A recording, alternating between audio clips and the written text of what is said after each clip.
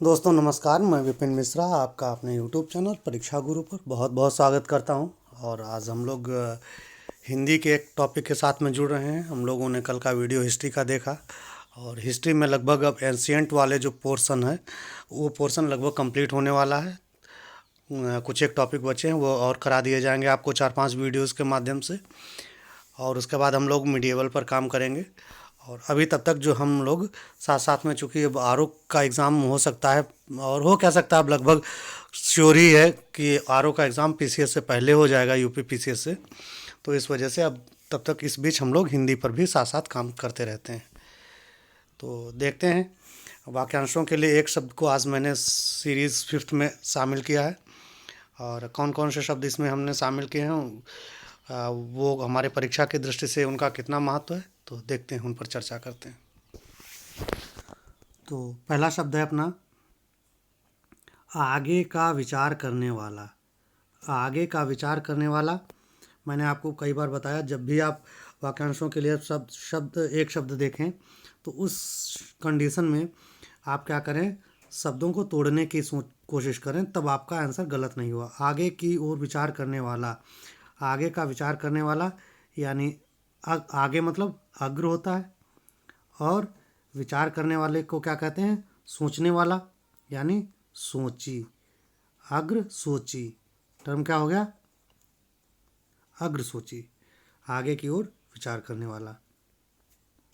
अगला शब्द है आढ़त का व्यापार करने वाला, यानी व्यापार। आढ़त आप लोग जान रहे होंगे, जो लोग ग्रामीण क्षेत्रों से जुड़े होंगे वो इस शब्द से बहुत अच्छी तरीके से वाकिफ़ होंगे। यहाँ पर उनको जो है थोड़ा एज मिल जाती है, क्योंकि ऐसे शब्द जो होते हैं वो ग्रामीण भाषा और उसमें के प्रमुख शब्द होते हैं। तो आढ़त जानते हैं, आढ़त होता है एक तरीके से, उस मंडी जो होती है उसको लोकल शब्द में या देशज शब्द में आढ़त बोलते हैं। तो आढ़त का व्यापार करने वाला कौन होगा, आढ़त और प्लस आढ़त, टर्म क्या होता है, रूट टर्म आढ़त, और उसमें क्या कर दिया हमने, प्रत्यय लगा दिया इया, अड़तिया। प्रत्यय क्या लग गया, इया, तो क्या हो गया, अड़तिया। ओके।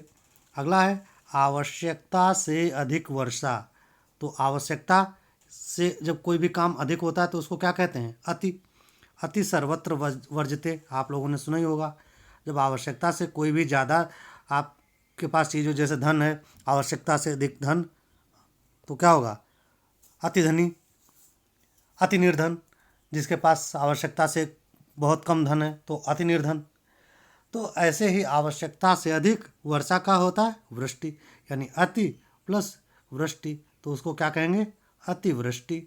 इसी तरीके से एक शब्द और बनता है, क्वेश्चन आता है आपका कि बिल्कुल ही वर्षा न होना, तो उसको क्या कहेंगे, या बहुत कम वर्षा होना, उसको बोलेंगे अनावृष्टि।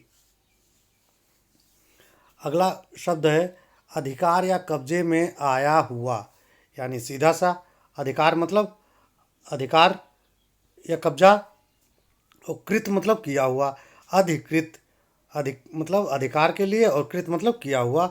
जो कब्जे में किया हुआ है उसको क्या बोलेंगे, अधिकृत। अपने बल पर निर्भर रहने वाला, अपना, अपने के लिए क्या लगाता है, टर्म लगता है, टर्म बनता है स्व। स्व जोड़ और क्या टर्म है, अवलंबी, अवलंबी, लंबी। तो टर्म क्या होगा, यहाँ पर टर्म क्या बन जाएगा, स्वावलंबी। जब संधि विच्छेद करेंगे आप लोग, अगर जो है दीर्घ संधि आदि पढ़े होंगे तो उन चीज़ों को आप जो है समझ रहे होंगे। तो स्वावलंबी क्या टर्म बन गया, स्वावलंबी। स्व मतलब अपना, अपने बल पर निर्भर रहने वाला, अवलंबी यानी अपने पर अवलंबित, उसको क्या कहेंगे, स्वावलंबी। अगला शब्द है अचानक हो जाने वाला। सीधा सा शब्द है, आप लोग जान ही रहे होंगे, आकस्मिक। अचानक हो जाने वाला उसको क्या कहेंगे, आकस्मिक, यानी जिसका कोई समय निश्चित ना हो, अचानक हो गया हो, उसको बोलेंगे आकस्मिक। अगला शब्द है आदि से अंत तक। इसको मुझे जहाँ तक याद है पिछले उसमें वीडियो में इस शब्द को शामिल किया गया था। तो उसको क्या कहेंगे, आदि से अंत तक। आदि जोड़ अंत, आदि अंत आप समझ गए। आदि अंत, आदि से अंत तक, आद्योपांत। आद्य, इसके लिए ऐसे भी टर्म यूज कर सकते हैं, आद्य। आद्य मतलब आप सभी जान रहे हैं, प्रारंभ, आद्य इतिहास। आद्य मतलब प्रारंभिक स्थिति आद्य कहलाती है। ओ अंत, अंत तक जो है, अंत के लिए लास्ट आप जान ही रहे होंगे। तो आदि से अंत तक, आद्योपांत। आद्य और जोड़ उप अंत। अगला शब्द क्या है, अपनी। अगला शब्द क्या है, अगला शब्द है अपनी विवाहित पत्नी से उत्पन्न।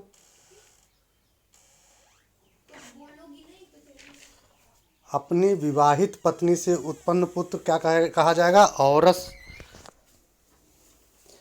अपनी विवाहित पत्नी से उत्पन्न पुत्र क्या कहा जाएगा, औरस। क्या होगा, औरस पुत्र। जो अपना पुत्र होता है अपनी पत्नी से उत्पन्न होगा। और उसके बाद जारज कौन होता है, एक शब्द आता है जारज। जारज संतान, जो अवैध संतान होती है उसको क्या बोलते हैं, जारज। तो आप इसको याद रखेंगे, औरस और जारज। औरस पुत्र जो अपनी पत्नी से उत्पन्न है, और जो अवैध संतान है उसको कहेंगे जारज। अपने कर्तव्य का निर्णय न कर सकने वाला। अपने कर्तव्य का निर्णय न कर सकने वाला क्या कहा जाएगा, किंग कर्तव्य विमूढ़। जो अपने कर्तव्य का निर्णय नहीं कर सकता है। अगला शब्द है अधिक दिनों तक जीने वाला। अधिक मतलब उसके लिए क्या शब्द प्रयोग होता है, चिर, चिरकाल। आप लोगों ने सुना होगा शब्द चिरायु, चिर। तो चिरायु या चिरकाल, ऐसे शब्द। चिर मतलब होता है लंबे समय के लिए। तो यहाँ पर शब्द क्या, अधिक दिनों तक, इसके लिए हो गया चिर, और जोड़ जीने वाला, जीवी। तो क्या शब्द बन गया, चिरंजीवी। चिरंजीवी। अगला शब्द है अन्न को पचाने वाली जठर या पेट की अग्नि। तो उसके लिए क्या शब्द होता है, जठराग्नि। जठर मतलब पेट होता है, आप लोग क्या जान रहे हैं, जठर। जठर मतलब पेट, और पेट की अग्नि उसको बोलेंगे जठराग्नि। और यह जठराग्नि हमारे लिए कितनी आवश्यक है, जो लोग साइंस खासकर बायो वाला सेक्शन पढ़े हैं, कि जब हमारे पेट में जब हम भोजन करते हैं तो भोजन में अन्न का जो पाचन होता है उसके लिए जठराग्नि बहुत आवश्यक है। जिन लोगों में जठराग्नि की मात्रा पर्याप्त नहीं रहती है या उनमें कम होती है, तो उन कंडीशन में उस कंडीशन में होता क्या है कि उनके अंदर जो पाचन क्रिया है वो प्रभावित होती है। तो इसलिए जठराग्नि बहुत आवश्यक है शरीर के लिए।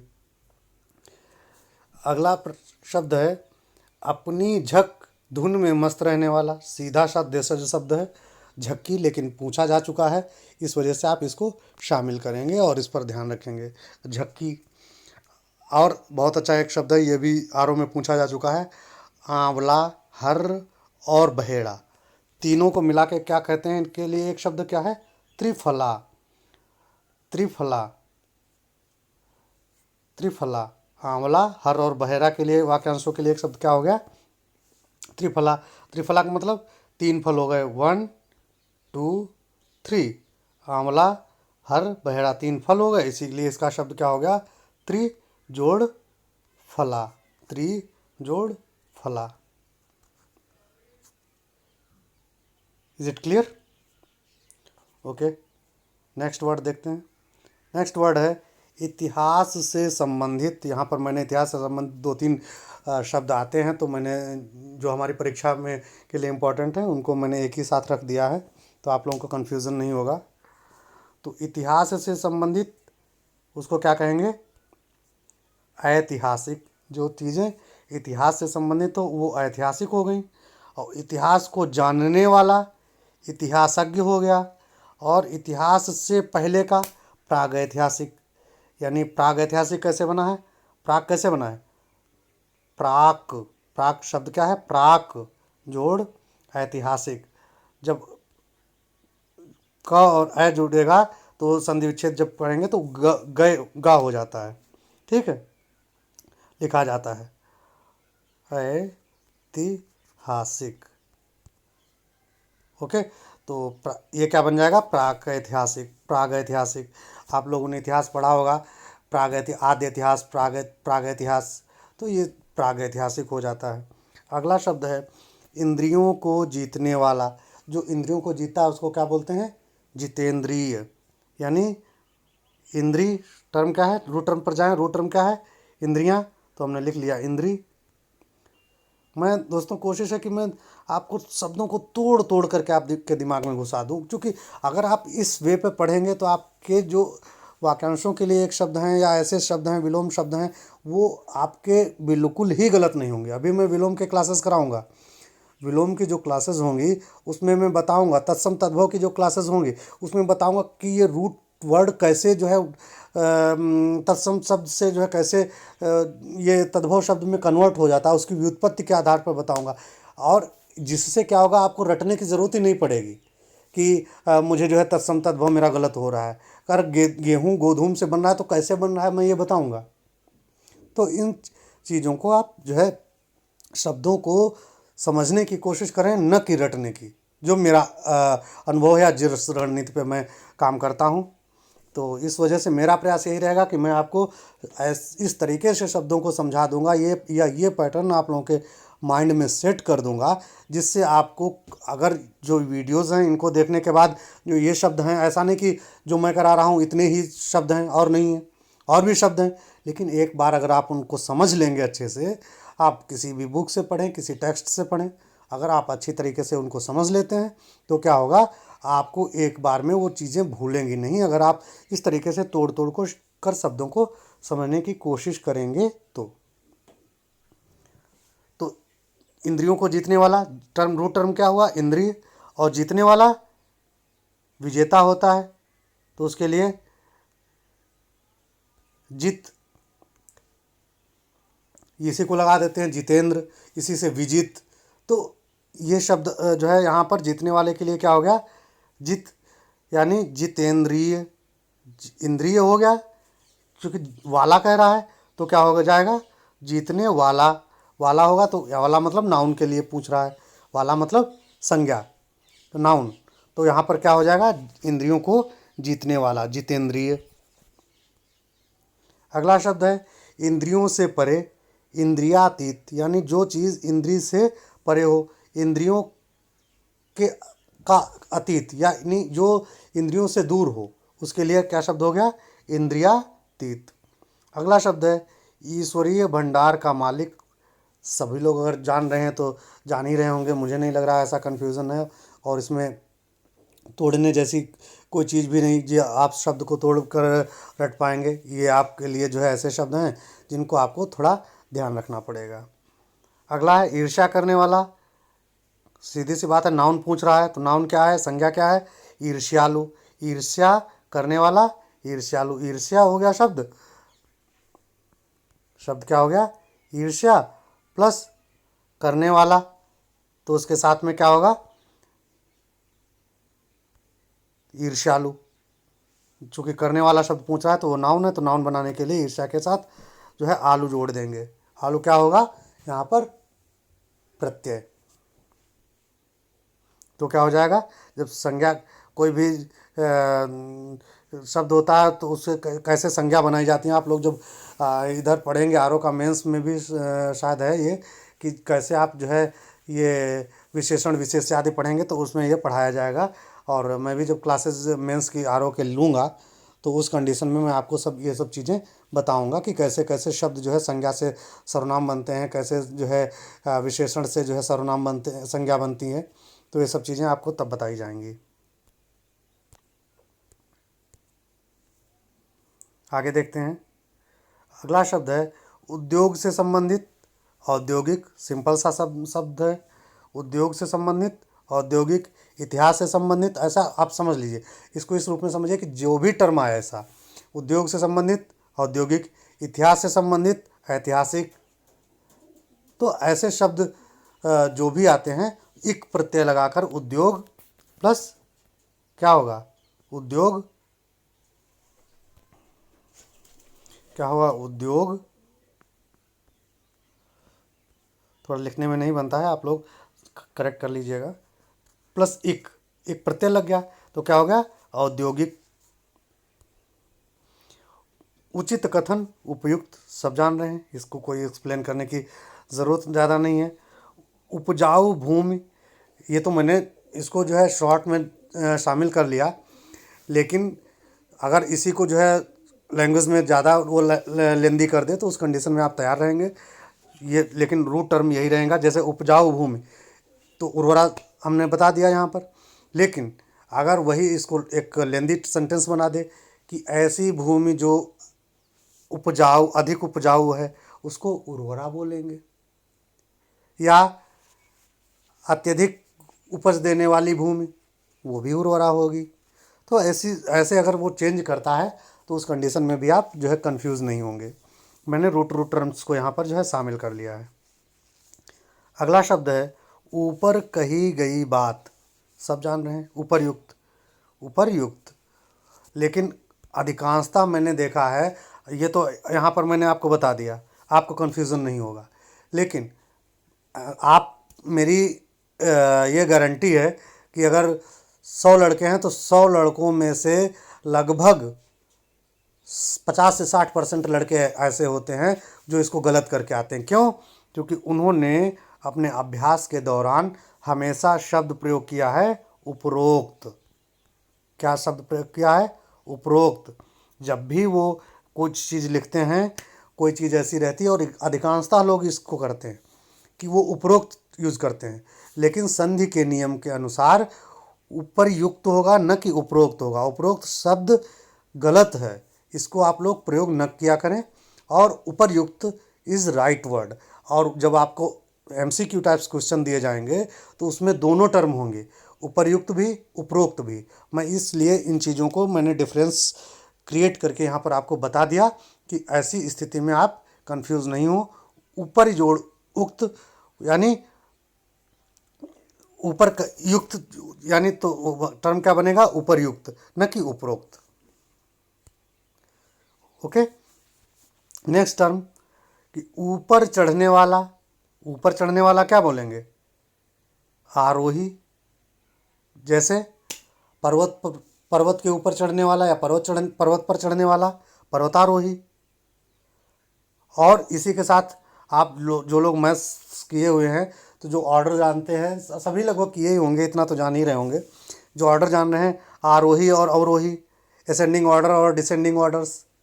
तो आरोही यानी क्या होता है? असेंडिंग ऑर्डर, और डिसेंडिंग ऑर्डर यानी अवरोही। तो नीचे गिरने वाला या नीचे उतरने वाला या नीचे के क्रम में बढ़ने वाला, तो उसको क्या बोलेंगे? अवरोही। और इसको ऊपर चढ़ने वाला आरोही। और इसके लिए अगर और शब्द जोड़ देता है, पर्वत पर ऊपर चढ़ने वाला, तो क्या होगा? पर्वतारोही। ओके, अगला वर्ड ऊंचे कुल से संबंध रखने वाला। यहाँ पर एक शब्द है कुलीन। कुल, ऊंचे कुल से संबंध रखने वाला कुलीन, लेकिन साथ साथ में एक शब्द और मिलता है, उसको भी आप लोग याद रखेंगे। क्या है? अभिजात। अभिजात, तो अभिजात का अर्थ भी कुलीन होता है, यानी अभिजात का मतलब ऊंची जाति का। ठीक है, अगर ऐसा टर्म आता है तो आप, लेकिन अगर यहाँ पर याद रखें, अगर कुल टर्म यूज़ कर रहा है तो आप कुलीन ही टर्म प्रॉपर जो है लिखेंगे, अगर मेंस लिख रहे हैं, और अगर उसमें अभिजात और कुलीन दोनों है तो कुलीन आप टिक करेंगे। लेकिन अगर जात टर्म यूज कर रहा है, ऊंची जाति का, तो वहाँ पर क्या होगा? अभिजात।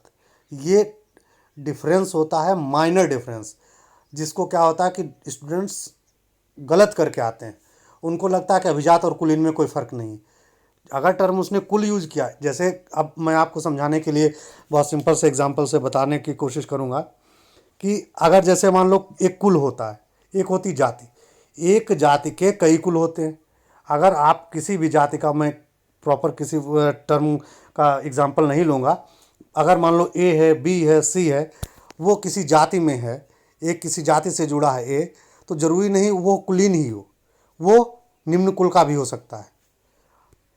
जो ए किसी कुल से जुड़ा, जाति से जुड़ा हुआ, वो जरूरी नहीं वो जो है कुलीन ही हो, वो निम्न कुल का भी हो सकता है। ठीक है। और अभिजात मतलब होता है ऊंची जाति वाला, यानी निम्न जाति का नहीं, ऊंची जाति वाला, उसको अभिजात बोलेंगे।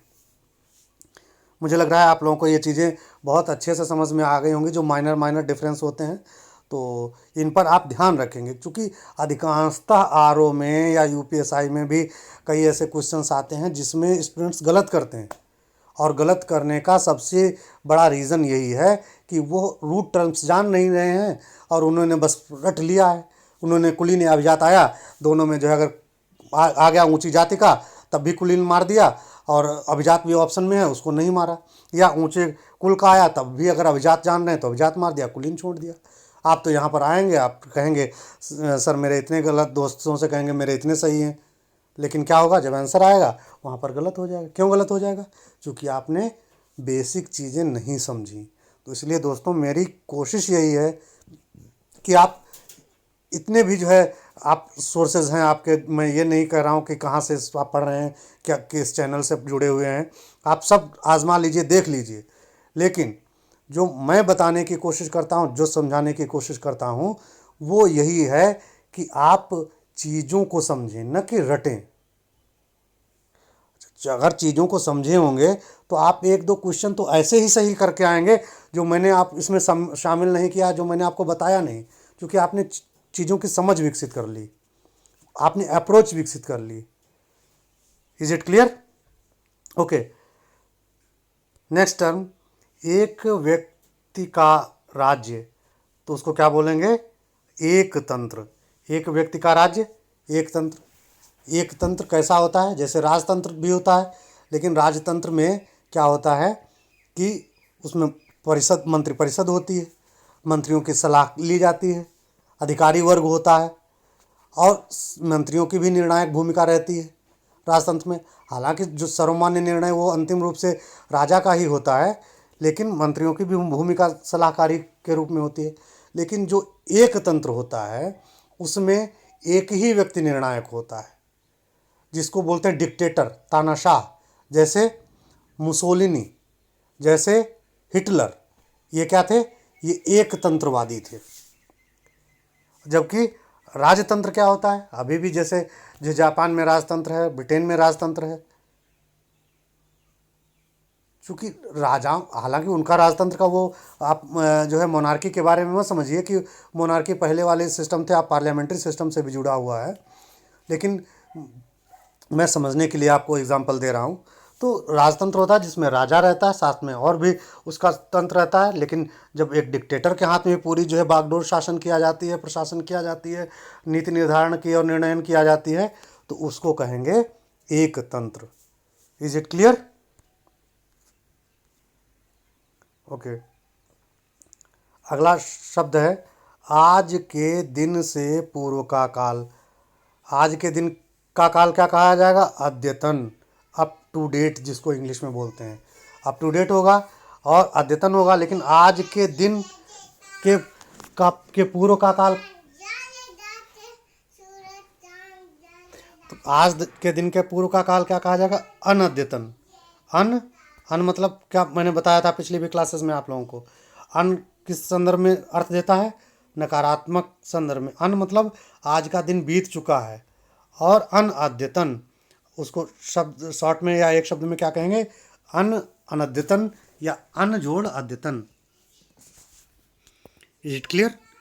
अगला शब्द है अनुभव प्राप्त व्यक्ति, सिंपल सा अनुभवी, या इसी को और अगर दूसरे शब्दों में कहें तो ऐसे भी, अगर सेंटेंस लेंदी करेगा तो कह सकता है कि ऐसा व्यक्ति जिसे बहुत अनुभव हो, वो अनुभवी।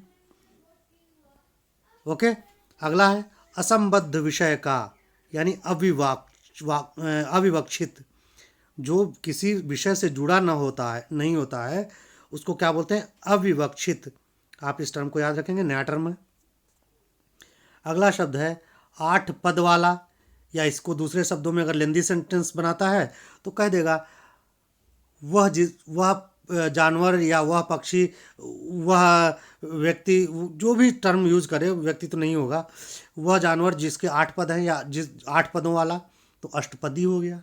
अष्ट मतलब 8, पदी मतलब पद, अष्ट मतलब 8 प्लस पद मतलब पैर, 8 पैरों वाला। अगर टर्म दे देगा तब भी आप कंफ्यूज नहीं होंगे। अगला टर्म है अनुमान किया हुआ। अनुमान किया हुआ, अनुमानित। चिन्ह लगाया हुआ, चिन्हित। तो ऐसे शब्दों को आप जो है आराम से कर लेंगे, जैसे कोई एक टफ टर्म नहीं है।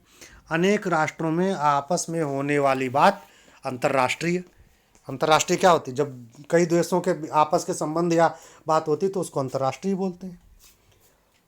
अंतर्राष्ट्रीय यानी एक राष्ट्र से अंतर जोड़, इसको टर्म अगर और भी आप समझने की कोशिश करें तो और तोड़ लीजिए।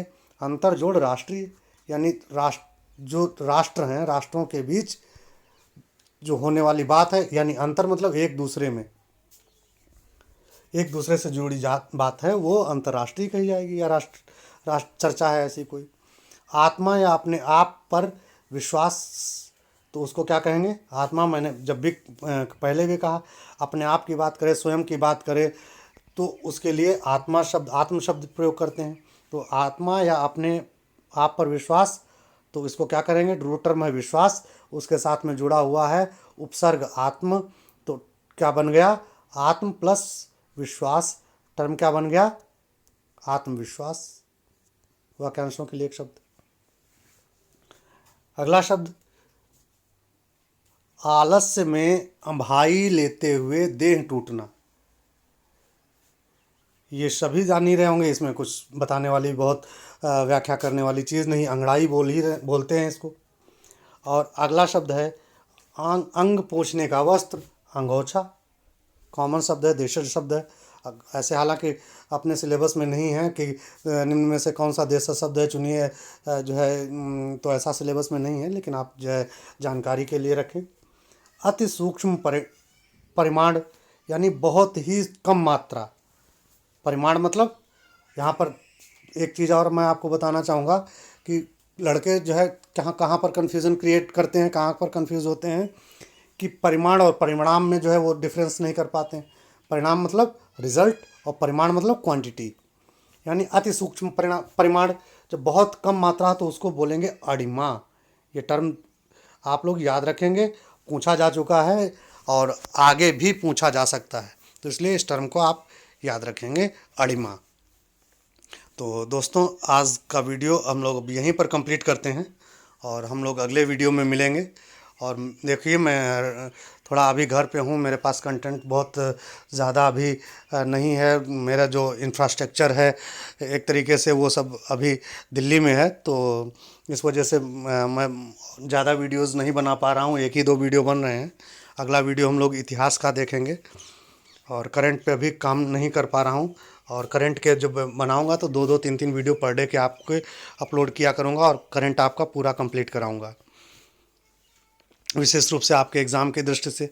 अब अगर अगस्त में इसका आरओ का एग्ज़ाम होता है और सितंबर में यूपीएससी ने तो डेट दे ही दी है कि शायद 10 सितंबर या अक्टूबर कुछ दी है, देख लीजिएगा। तो उसी के 10 दिन आगे पीछे यूपीपीसीएस का भी एग्ज़ाम होगा, तो इसलिए आप जो है ध्यान रखेंगे। कोई भी उसमें नहीं है। अगर अगस्त में हो रहा 8 महीने हैं तो आप लास्ट नवंबर से जो है अपना करंट तैयार रखें, तो आपको कोई दिक्कत नहीं होगी। तो और जो रणनीति रहेगी एग्ज़ाम की मैं आपको बताऊंगा और फिर हम लोग अगले वीडियो में मिलेंगे। और दोस्तों, जिन लोगों ने चैनल को सब्सक्राइब नहीं किया है वो लोग चैनल को सब्सक्राइब कर लें। अगर उनको लगता है कि ये कंटेंट, ये वीडियोस उनके लिए यूज़फुल हैं और सर अच्छा बता रहे हैं, तो आप अपने दोस्तों के साथ भी इस लाभ को शेयर करें। और मुझे इससे ये लाभ होगा कि मुझे प्रोत्साहन मिलेगा, मैं और अच्छा करूँगा, अच्छे वीडियोस बनाऊँगा, ज़्यादा से ज़्यादा आप लोगों को जो सिलेबस है पूरा का पूरा कंप्लीट कराने की कोशिश करूँगा समय से पहले ही। तो आप लोग मुझसे जुड़े रहिए और जो है वीडियो को ज़्यादा से ज़्यादा लाइक और शेयर करिए। ठीक है, फिर मिलते हैं हम लोग अगले वीडियो में। धन्यवाद।